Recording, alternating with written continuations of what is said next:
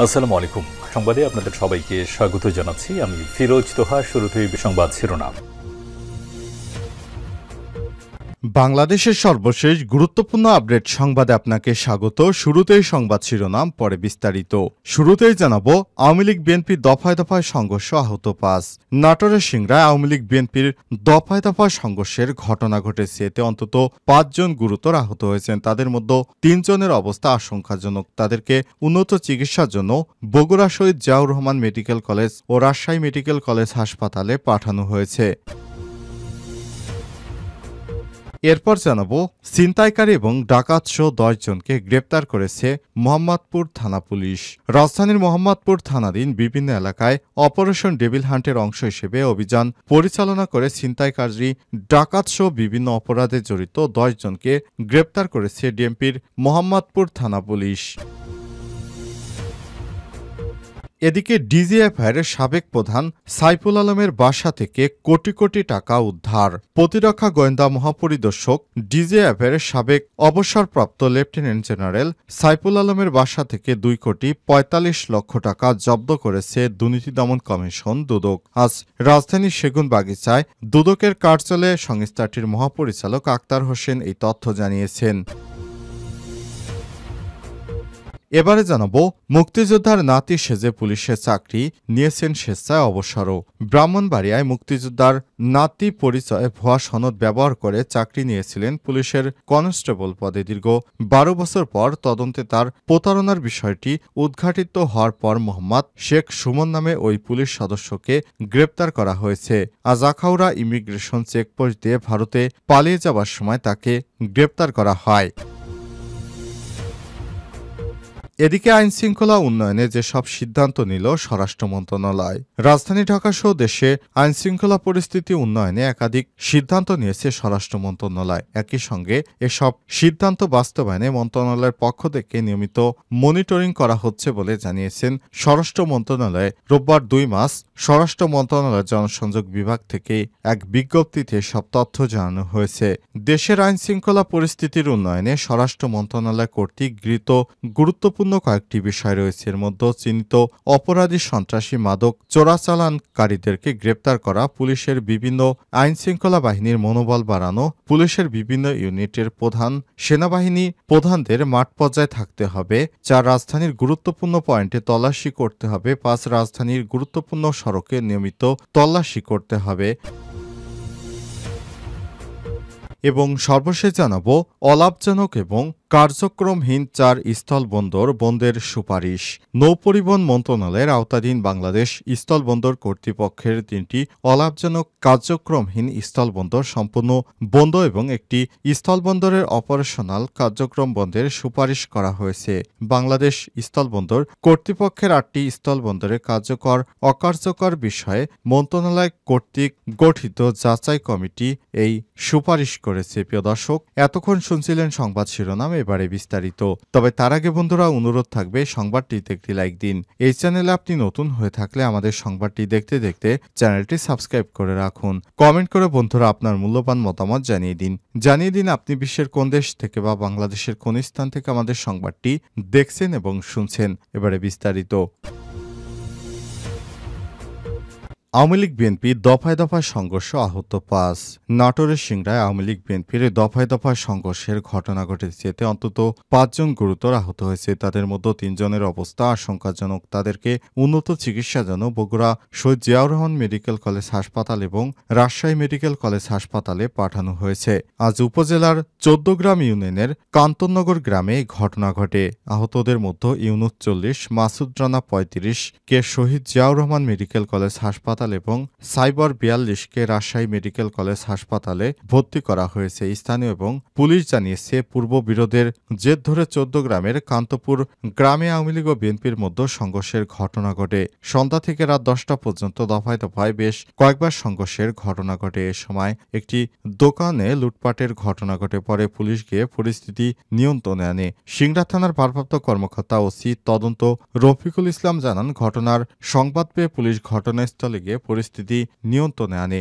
এখনও কোনো পক্ষ থেকে অভিযোগ পাওয়া যায়নি উল্লেখ করে তিনি বলেছেন, এ বিষয়ে প্রয়োজনীয় আইনগত ব্যবস্থা গ্রহণ করা হচ্ছে।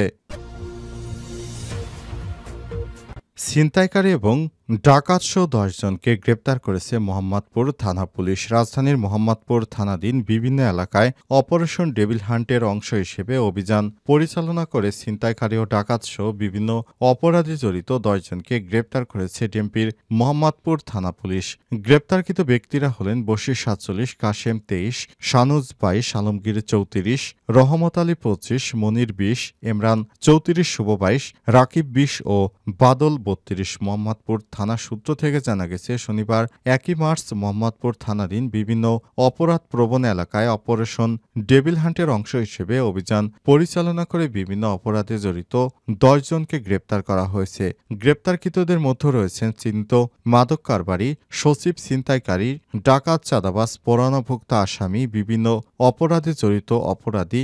গ্রেপ্তারকৃতদের হেফাজত থেকে বিভিন্ন দেশীয় অস্ত্র ও মাদকদ্রব্য উদ্ধার করা হয়েছে। শেখ হাসিনা পালিয়ে যাওয়ার পর বিগত বেশ কয়েক মাস ধরে রাজধানীর মোহাম্মদপুর এলাকায় সন্ত্রাস ও চাঁদাবাজি ব্যাপক হারে বৃদ্ধি পেয়েছে। চাঁদাবাজদের দমনে সেনাবাহিনীর যৌথ বাহিনীর টিম মাঠে নামে। এরপর পুলিশ সদস্যরা র্যাবের পাশাপাশি বিভিন্ন আইনশৃঙ্খলা রক্ষাকারী বাহিনী মোহাম্মদপুর এলাকা থেকে কবজিকাটা গ্রুপের সদস্যসহ বেশ শীর্ষ কয়েকটি সন্ত্রাসীকে গ্রেপ্তার করেছে। এর মধ্যে রয়েছে মোহাম্মদপুরের কবজিকাটা আনোয়ার গ্রুপের সদস্যরা। কবজিকাটা আনোয়ার গ্রুপ, যিনি হাতের কবজি কেটে টিকটকে ভিডিও বানিয়ে মানুষকে ভয়ভীতি দেখাতেন, মানুষের কাছ থেকে চাঁদা, ছিনতাই, রাহাজানি ইত্যাদি করে তারা দেশের ভিতর একটি অরাজক পরিস্থিতি তৈরি করার চেষ্টা করেছিল। তবে যৌথ বাহিনীর চেষ্টায় অবশেষে ধরা পড়েছে এই কবজিকাটা গ্রুপের প্রধান আনোয়ার এবং তার অন্যতম সহযোগী ইমন।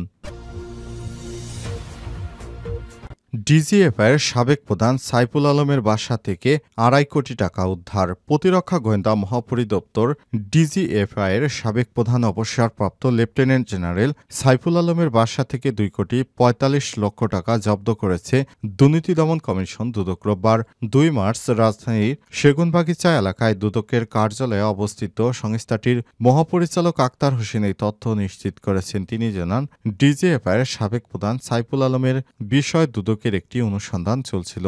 গোপন সংবাদের ভিত্তিতে বৃহস্পতিবার ২৭ ফেব্রুয়ারি দুদকের নেতৃত্বে একটি বিশেষ টিম অভিযান চালিয়ে তার ক্যান্টনমেন্টের বাসা থেকে ওই টাকা উদ্ধার করা হয়। অভিযানে যে টাকা উদ্ধার করা হয়েছে তা আদালতে পাঠানো হয়েছে। এর আগে বাংলাদেশ ব্যাংকের ফিনান্সিয়াল ইন্টেলিজেন্স ইউনিট বিএফআইয়ের লেফটেন্যান্ট জেনারেল সাইফুল আলমের ব্যাংক হিসাব জব্দ করে একই সঙ্গে তার স্ত্রী ও সন্তানদের নামে থাকা অ্যাকাউন্ট এবং তাদের মালিকানাধীন ব্যবসার ব্যাংক অ্যাকাউন্টও স্থগিত করা হয়েছে। শেখ হাসিনার সময়ে বিগত ১৫ বছরে সারা দেশে অসংখ্য হত্যা ও গুম-খুন, মানুষকে গুম করে রেখেছিল ডিজিএফআইয়ের কর্মকর্তার নির্দেশে। অবশেষে শেখ হাসিনা পালিয়ে যাওয়ার পর এই কর্মকর্তাকে গ্রেপ্তার করা হয়েছে এবং এই ঘটনায় বেশ কয়েকজন ঊর্ধ্বতন কর্মকর্তাকে গ্রেপ্তার করা হয়। মুক্তিযোদ্ধার নাতির সেজে পুলিশের চাকরি নিয়েছেন স্বেচ্ছায় অবসরও। ব্রাহ্মণবাড়িয়ায় মুক্তিযোদ্ধার নাতির পরিচয় ভুয়া সনদ ব্যবহার করে চাকরি নিয়েছিলেন পুলিশের কনস্টেবল পদে। দীর্ঘ ১২ বছর পর তদন্তে তার প্রতারণার বিষয়টি উদ্ঘাটিত হওয়ার পর মোহাম্মদ শেখ সুমন নামে ওই পুলিশ সদস্যকে গ্রেপ্তার করা হয়েছে। শুক্রবার ২৮ ফেব্রুয়ারি বিকেলে আখাউড়া ইমিগ্রেশন চেকপোস্ট দিয়ে ভারতে পালিয়ে যাওয়ার সময় গোপন সংবাদের ভিত্তিতে ব্রাহ্মণবাড়িয়া সদর থানা পুলিশ তাকে গ্রেপ্তার করে। মামলার এজাহার সূত্র থেকে জানা গেছে, আখাউড়া উপজেলার মোগরা গ্রামের বাসিন্দা নান্নু মিয়ার ছেলে মোহাম্মদ সুমন ২০১২ সালে পুলিশের ট্রেইনি রিক্রুট কনস্টেবল টিআরসি পদে চাকরি লাভ করেন। তিনি মুক্তিযোদ্ধার নাতি কোটায় নিয়োগ পাওয়ার জন্য প্রতিবেশী মোহাম্মদ হোসেন মিয়ার মুক্তিযোদ্ধা সনদ দাখিল করেন। তদন্তে প্রমাণিত হয়েছে হোসেন মিয়া তার দাদা নয়। ২০২৪ সালের ২১ অক্টোবর স্থানীয় যুবক মোহাম্মদ ফরাদ মিয়া পুলিশ সুপারের কার্যালয়ে লিখিত অভিযোগ দায়ের করেন। অভিযোগের ভিত্তিতে তৎকালীন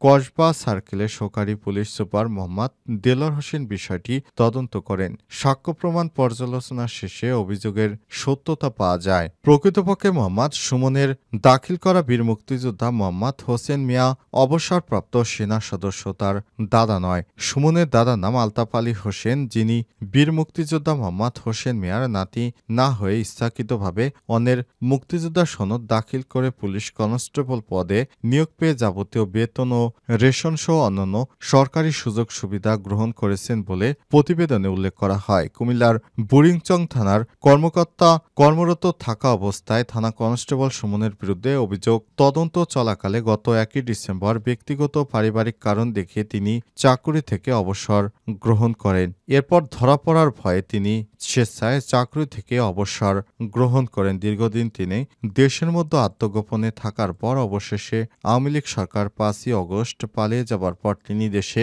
অনিরাপদ বোধ করেন। এরপর আখাউড়া সীমান্ত দিয়ে ভারতে পালিয়ে যাওয়ার চেষ্টা করেন। এ সময় গোপন সংবাদের ভিত্তিতে আখাউড়া থানা পুলিশ তাকে গ্রেপ্তার করে জেল হাজতে প্রেরণ করেছে। বর্তমানে তিনি জেল হাজতে রয়েছেন। তার অপরাধের বিষয়টি তদন্ত প্রক্রিয়ার মধ্যে রয়েছে।